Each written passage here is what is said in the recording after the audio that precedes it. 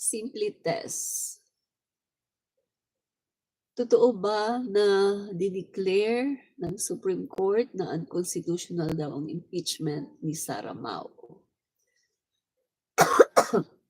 Bali, yan po ang umuugong na balita na ang Korte Suprema ay magdedeklara daw ng idideklara daw nila na unconstitutional ang impeachment. Yan po yung mga nasasagap na mga balita ng resource person, no? Yung yan po ang pinasabog. So, marami na pong mga vlogger ang parang inuunahan na po, no? Inuunahan na natin yung kung ano man yan para at least alam na nila na hindi maganda yan, no? Na maraming aalma. Yan po, no? Diyan sa gagawin nila kung totoo na talagang gagawin nila yan, no? Kasi meron pong source. May source po yan na yan po ang sinasabi. At meron pong mga, kumbaga, nire-relate po natin sa mga ginagawa ni Chis Escudero na pagdi-delay ng impeachment. Ay nire-relate po natin doon na marahil ay hinihintay niya yung declaration ng Supreme Court na unconstitutional itong impeachment. Kasi nakakapagtaka eh. Inurong niya, no? Sabi niya June 2. Pagkatapos July 11. Tapos sabi niya after SONA. Pagkatapos ngayon naman sasabihin niya August 4. And alam naman natin 'di ba na si Sara Duterte ay nagmosyon, no, sa Korte Suprema 2 beses para ipa-nullify, ipawalang bisa yung impeachment. At ngayon nga meron tayong mga grupo ng mga tao na pumunta sa Korte Suprema, no? So naitanong niyo na rin, no? So kasama yan sa topic natin pero naitanong niyo na rin, so sasagutin ko na. Motion to intervene filed in Supreme Court case on VP Sara impeachment. So yung mga endorsers, mga citizen petitioner from first impeachment complaint filed against the Vice President call for the dismissal of her petition with the Supreme Court for lack of merit. Alam naman kasi natin na kapag may usok, meron talagang apoyan, or vice versa, pag may apoy, may usok.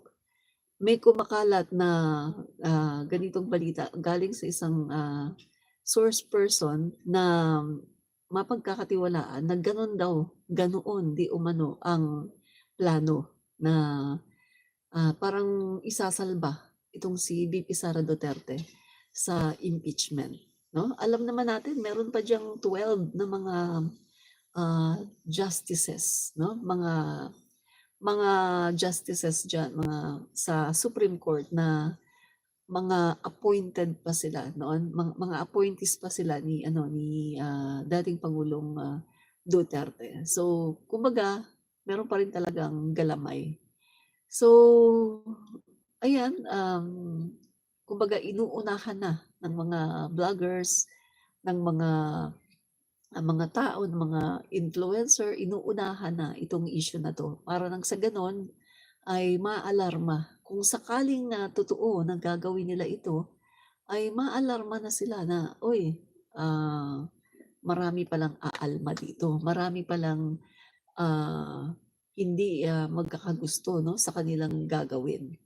Kaya po yan tinatopic din natin dahil yun nga, uunahan na natin yung kanilang gagawin para ipaalam sa sambayan ng Pilipino na merong ganitong mga kumakalat na mga issue na gustong magdeklara ng Korte Suprema na unconstitutional, no, or lumabag sa Constitution ang impeachment laban kay Sara Duterte. Yan po, no? yes, dapat bulabugin ng tao ang SC court, paano naging unconstitution yun? Yun nga po eh, no? Kasi ilang beses na pinaliwanag ng House of the Representative na hindi ito illegal, ito ay legal na ginawa at walang paglabag dito. Kasi si VP Sara Duterte, mga February, no? Pumunta po siya sa Korte Suprema at siya po ay naghain doon ng motion na i-nullify nga. Kasi ang sinasabi nila dito, meron daw 1-year rule ban na kung saan ang sinasabi nila ay meron daw tatlong impeachment complaint. Pero ang sinasabi naman po dito ng House of the Representative, at yun din po ang alam ko, sa pagkakaalam ko po, na yung unang impeachment complaint ay hindi naman inaksyonan. No? So, ipinail yung reklamo, impeachment complaint laban kay Sara Duterte, pero hindi po inaksyonan ng House. Yung pangalawang impeachment complaint, the same din po, hindi rin inaksyonan. Nandoon lang na i-file pero hindi inaksyonan. Hindi nakarating sa Secretary General, sa opisina ni Speaker. Yung pangatlo, the same din po ang nangyari, hindi nila inaksyonan.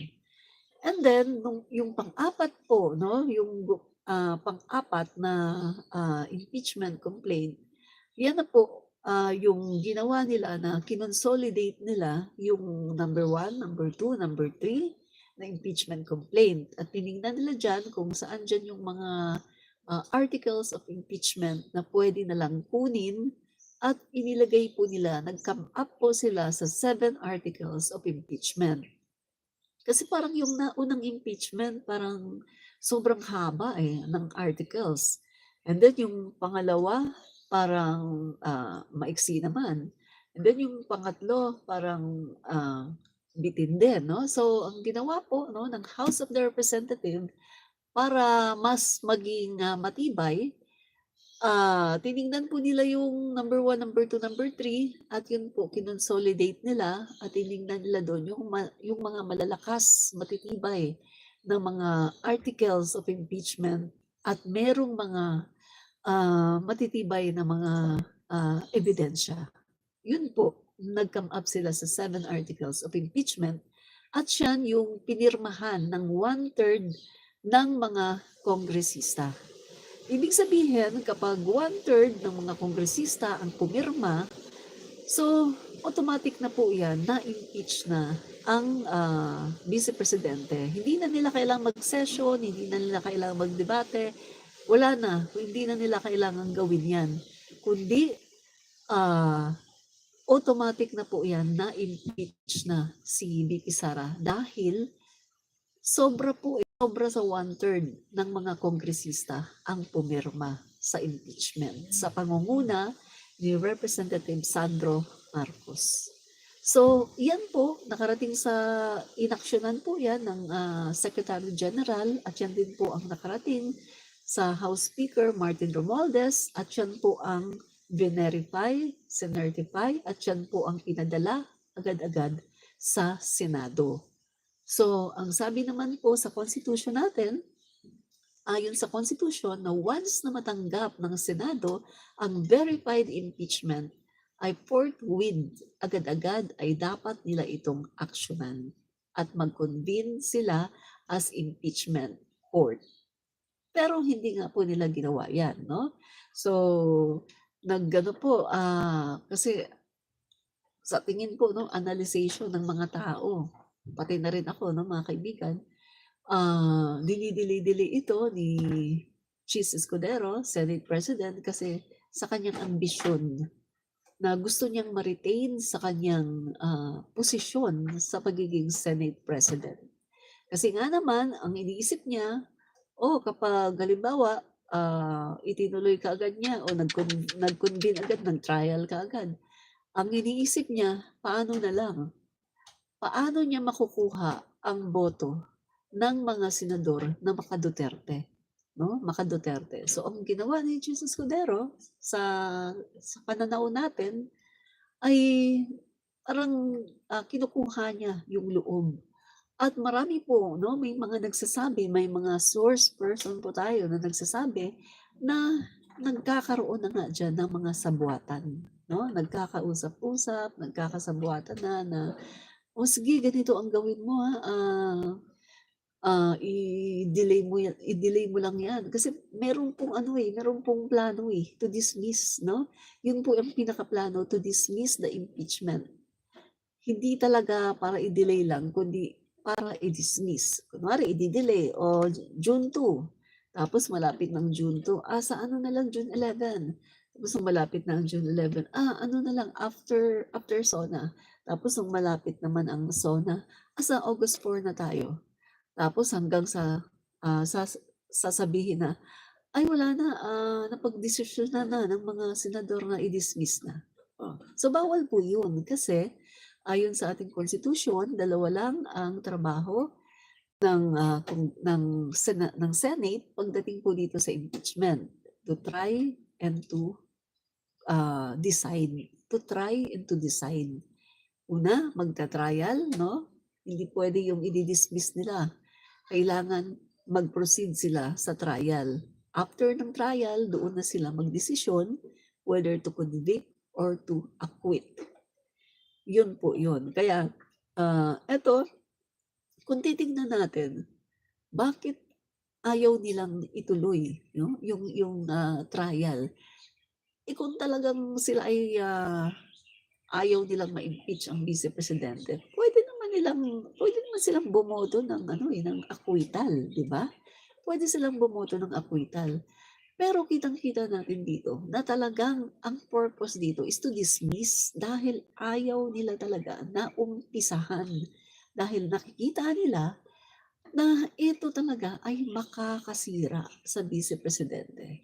Hindi makakatulong kundi lalong makakasira dahil lalabas ang mga ebidensya, lalo na yung kinakatakutan na bank accounts. No, na di umano ay naglalaman ng napakaraming mga drug money. Yan ang dahilan kung bakit talagang, gusto ng, kampo ni VP Sara Duterte na talagang i-dismiss itong kaso. So ngayon, nagpunta ang mga, nag-endorse 'no, yung mga citizen petitioners. Itong mga nagpepetisyon ngayon, sila yung unang batch ng, mga tao 'no, na nag-file ng impeachment complaint laban dito kay, VP Sara Duterte. So sila ay, pupunta 'no, sa Supreme Court at, magpetisyon 'no, to petition, to the Supreme Court para nga, um, ipawalang bisa 'no, or, yung sinasabi 'no ni VP Sara Duterte na, ipawalang bisa na itong, impeachment na ito ay hindi matuloy 'no. So eto po yung gagawin nila, personalities involved with the first citizen-led impeachment complaint against Vice President Sara Duterte filed on Friday a motion to Friday ba ngayon? Nga ano ba ngayon? 25, tama, Friday. So ngayon 'to nangyari 'no? Filed on Friday, a motion to intervene in her petition for certiorari and prohibition before the Supreme Court. So ito 'yun 'no?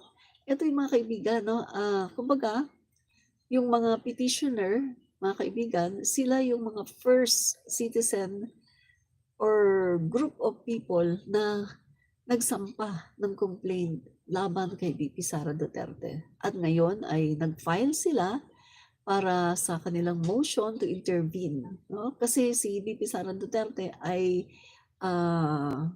nagpasa nga, earlier 'no, nung February nagpasa siya ng kanyang, petition for certiorari and, prohibition before the Supreme Court.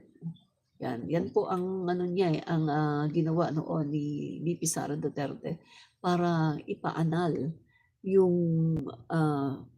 impeachment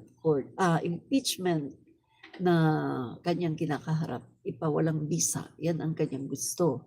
So eto na, the intervenors call for Vice President's petition